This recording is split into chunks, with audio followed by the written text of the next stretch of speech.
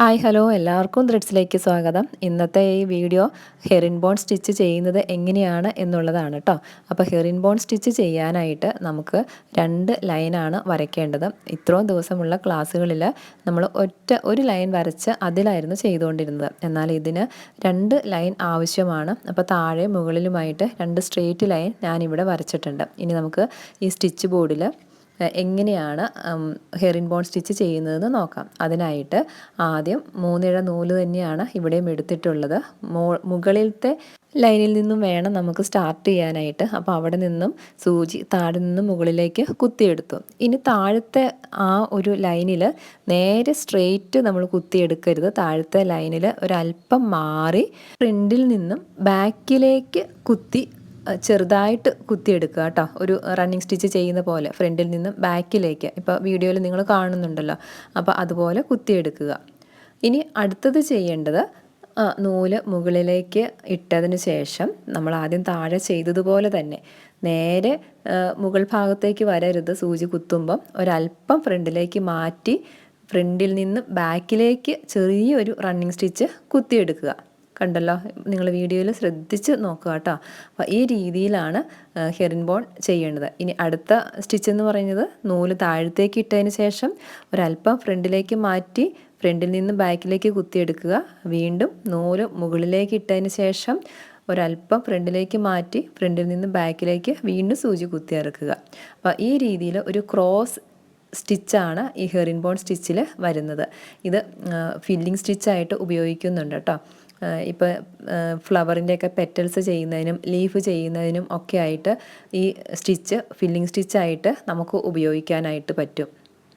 ഇത് ചെയ്ത് നമ്മൾ പഠിച്ചു കഴിഞ്ഞാൽ വളരെ സിമ്പിളായിട്ട് ചെയ്യാവുന്ന ഒരു സ്റ്റിച്ചാണ്. നിങ്ങൾക്ക് ആദ്യമേ കാണുമ്പോൾ ഒരല്പം ബുദ്ധിമുട്ട് തോന്നുമെങ്കിലും പക്ഷേ ചെയ്ത് കഴിയുമ്പം വളരെ സിമ്പിൾ സ്റ്റിച്ചാണ്. വളരെ പെട്ടെന്ന് തന്നെ നമ്മൾ കഴിഞ്ഞ വീഡിയോയിൽ കണ്ട ലേസി ഡേസി ചെയ്യുന്നത് പോലെ തന്നെ വളരെ പെട്ടെന്ന് തന്നെ ചെയ്ത് തീർക്കാൻ പറ്റുന്ന ഒരു സ്റ്റിച്ച് കൂടിയാണ് ഈ ഹെറിൻബോൺ സ്റ്റിച്ച്.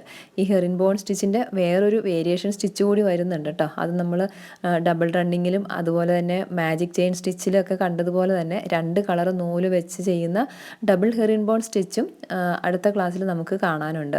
അപ്പോൾ ഇത് താഴെ ഭാഗം ചെയ്ത് കഴിയുമ്പം ഈ ഒരു റണ്ണിങ് സ്റ്റിച്ചിൻ്റെ ഒരു മോഡലിലാണ് വരുന്നത്. ഫ്രണ്ട് ഭാഗം ഈ ഒരു രീതിയിൽ ഒരു ക്രോസ് സ്റ്റിച്ച് വരും.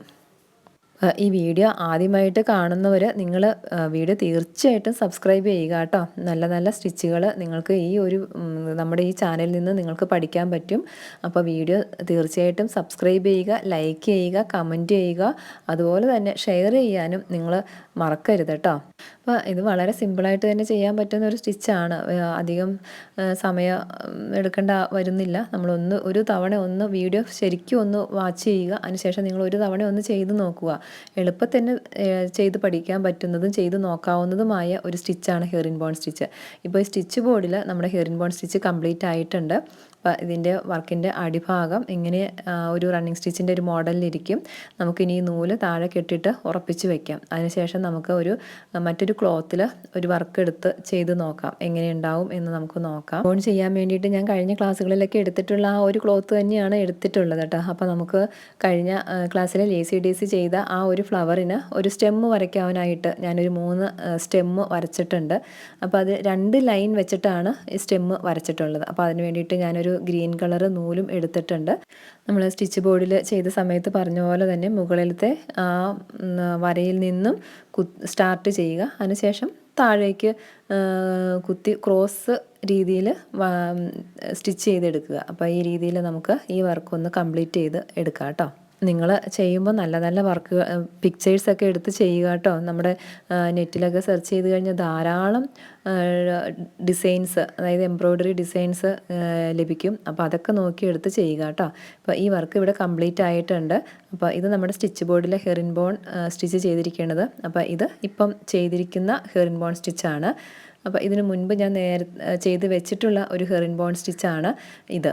അപ്പോൾ ഇതിൻ്റെ ഫ്ലവറും ലീഫും എല്ലാം തന്നെ ഹെറിൻബോൺ സ്റ്റിച്ചിലാണ് ചെയ്തിരിക്കുന്നത്. അപ്പോൾ നിങ്ങൾക്ക് ഈ വീഡിയോ ഇഷ്ടപ്പെട്ടു എന്ന് വിചാരിക്കുന്നു. അപ്പോൾ അടുത്ത ക്ലാസ്സിൽ നമുക്ക് വേറെ ഒരു ഹെറിൻബോൺ സ്റ്റിച്ചിൻ്റെ തന്നെ വേറൊരു വേരിയേഷൻ വീഡിയോയുമായിട്ട് കാണാം. അപ്പോൾ എല്ലാവർക്കും ബൈ ബൈ.